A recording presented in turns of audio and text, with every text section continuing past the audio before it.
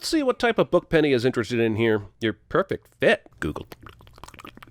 What to wear to show off your assets. What to do to tone up your trouble spots. Oh, you, show, for giving any space to the toxic look a certain way propaganda. Wear what you want, humans. Okay, baby doll pink, let's see if you can cover up the fact that I got my dad's feet. Episode directed by Quentin Tarantino. I don't have to go to hell. It's 73 degrees. I'm there already. Sheldon and Leonard are engaged in the time-old tradition of waging thermostat wars, and I gotta say, this is a sin for anyone that thinks the thermostat should be set above 70. If you're cold, you can put on a sweater or find a blanket. But if I'm too hot, I have to fill the tub with ice cubes and hopefully still wake up with both kidneys. Can I sleep on your couch tonight? Well, you can try. I heard that, huh? In this universe, the apartment complex has been built using paper mache because Sheldon and Leonard can be heard arguing through doors, halls, and walls. Penny cannot be the only tenant to have heard their ridiculous arguing at any point over the last 7 years. By now, their landlord must have been called so many times that they should have been evicted. And the other fellow went bat crap crazy. Bat crap crazy? Look, I grew up in church, so I'm an expert at near swears, and bat crap crazy is not a thing. You either just say BSC or maybe batshit crazy. If you're super creative, you say guano loco. I'm all for near swears, but if you're gonna do it, don't do it half-fast. I just started at the university. Yes, that's exactly the appropriate amount of laughter for the fact that someone had a different hairstyle 7 years ago. What could be more hilarious than long curly hair laugh tracks? I'm looking for Sheldon Cooper's apartment. Wouldn't his apartment number have been included in the directions? Sheldon is very particular, and I highly doubt he would have said, go to this address and then wait for a random person to exit the elevator and let's hope they know where I am in the building. Oh, I bet you're here to check out the room for rent. Run away, dude. Convenient roommate run-in is convenient. Apparently Glenn didn't like rooming with Sheldon, because he's out of there like a bat out of hell. Sorry, wrong video. These water pipes did not exist in the first 2 seasons of this show. So, either they uninstalled them and then reinstalled them, or the set design department and the continuity department fought a battle to the death, and the set design department won. Of course, the continuity department never really had a chance. Instead of fighting, they just kept hoping things would return to the way they were before. Yeah.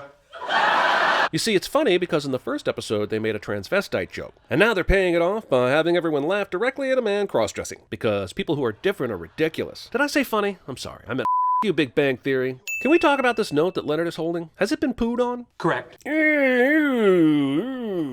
We've been told that this took place 7 years before 2010, which would be 2003. But this slimline version of the PlayStation 2 wasn't released until late 2004. Plus, why would you even need a PS2 when you have a perfectly good GameCube sitting right there? I've placed it in a state of eternal dibs. For my chair, my rules. Sheldon is a selfish asshole, right? He's not unlikable because of his intelligence or his nerdy tendencies. He's unlikable because he takes those tendencies and uses them to ostracize others. And yes, takes one to know one, but the point stands. Cathedra mea reguli mei. If you wanted proof that audiences are forced to laugh at anything in these shows, just witness this audience guffawing at a Latin phrase when they have no idea what it means. Risu falsus, motherfuckers. When do you evacuate your bowels? In the morning, around 8. I can't give you 8, I can give you 7:30. Once per day with no caveats? This section of their roommate agreement must have been breached hundreds of times by now. The fact that this episode started with a thermostat war is far more outlandish than believing there's never been an unexpected Thai food bowl explosion outside of the 7:30 a.m. time frame. I'm sorry, but considering Glenn was the last one to take this room, and how closely these letters match the "Don't Dead Open Inside" message in the first episode of The Walking Dead, I have to believe that Glenn is a time traveler who went back in time to warn Rick, and I want a full season of The Walking Bang Theory to binge right now. Roommates agree that Friday nights shall be reserved for watching Joss Whedon's brilliant new series, Firefly. We might as well settle it now. It's going to be on for years. Firefly was canceled in 2002. This flashback takes place in 2003, and it's almost like they don't think we can check these things. And yes, they dumped 3 more episodes in the summer of 2003, but a super obsessive fan like Sheldon wouldn't be oblivious to its cancellation. Also, Fox Television. If either of us ever invents time travel, we agree our first stop will be this meeting today in precisely 5 seconds.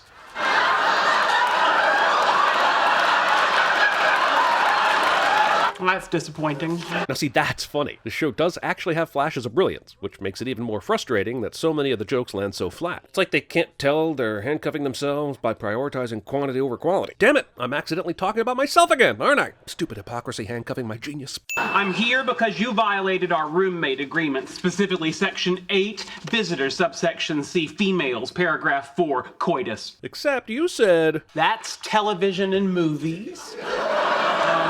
Section 9, Miscellany.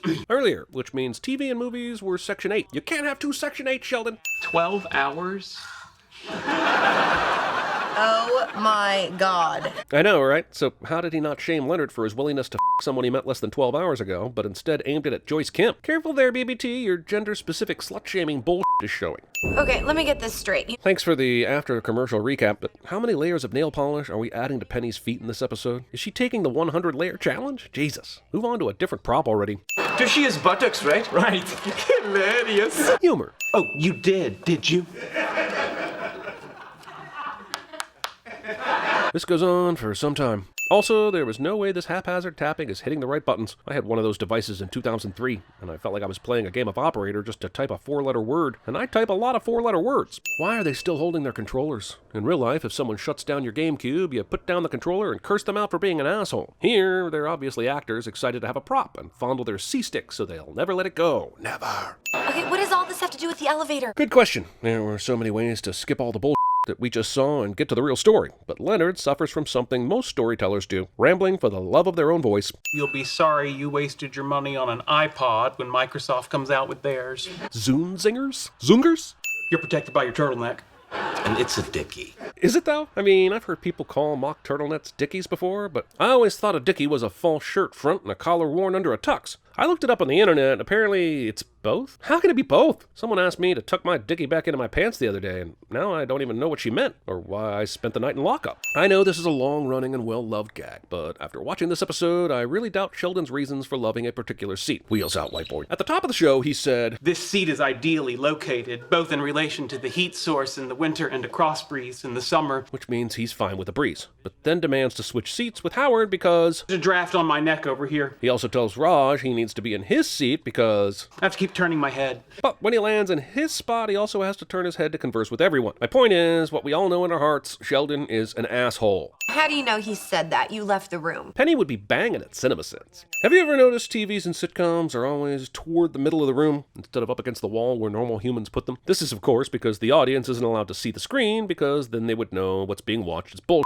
And also because there's no wall opposite the action because, well, the cameras can't shoot through them. The TV makes that lack of a wall obvious and distracts me every single time. That's right, the fourth wall doesn't even have to be broken for me to sit it. That's how good I am at this. What's happening? A bad thing, a very bad thing. As scientists or doctors or whatever these guys are, they are very unprepared for a dangerous chemical reaction to go sideways. No eye protection, skin protection, lung protection, or protection. I'm an idiot, and I would have at least cracked the window and put a salad bowl down my pants. You're waiting for the elevator? Oh, right. Leonard is smart, right? He knows this is about to explode, and his first thought is to wait for and then enclose himself in an elevator. Not only did Sheldon save my life, he didn't rat me out to the landlord. He also waited quite a while before deciding to save Leonard's life. Sheldon flips the flag and doesn't join the guys in the hallway right away, even though he knows the fuel is going to explode. It is solely for the lulz that Sheldon jumps in at the last moment to get Leonard out of the elevator. In reality, Sheldon should have intervened when Leonard started walking down the stairs. Imagine if the elevator hadn't opened. Sheldon would be knowingly waiting back in the apartment, and Leonard would be dead. But also, Leonard should be in jail anyway. It wouldn't take Benoit Blanc to tie the chemical signature and containment unit of that rocket fuel to the lab you're working at. So your reasoning for not being in jail right now still has a donut hole or two in it. Why do I smell methacrylate? It's actually pronounced methacrylate, and it's technically only the joiner part of the methyl methacrylate, which is what you're actually smelling. Who's the nerd now, nerd? I hardly call that dialogue. Pot meet kettle. It was me! You are so naive. Just like I was 7 years ago. Oh, I bet you're here to check out the room for rent.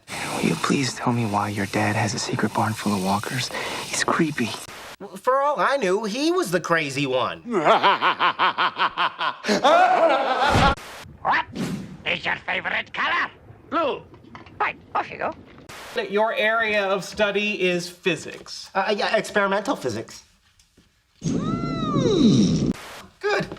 I passed the barriers. Penitent man will pass. Oh my God. Becky, look at her butt.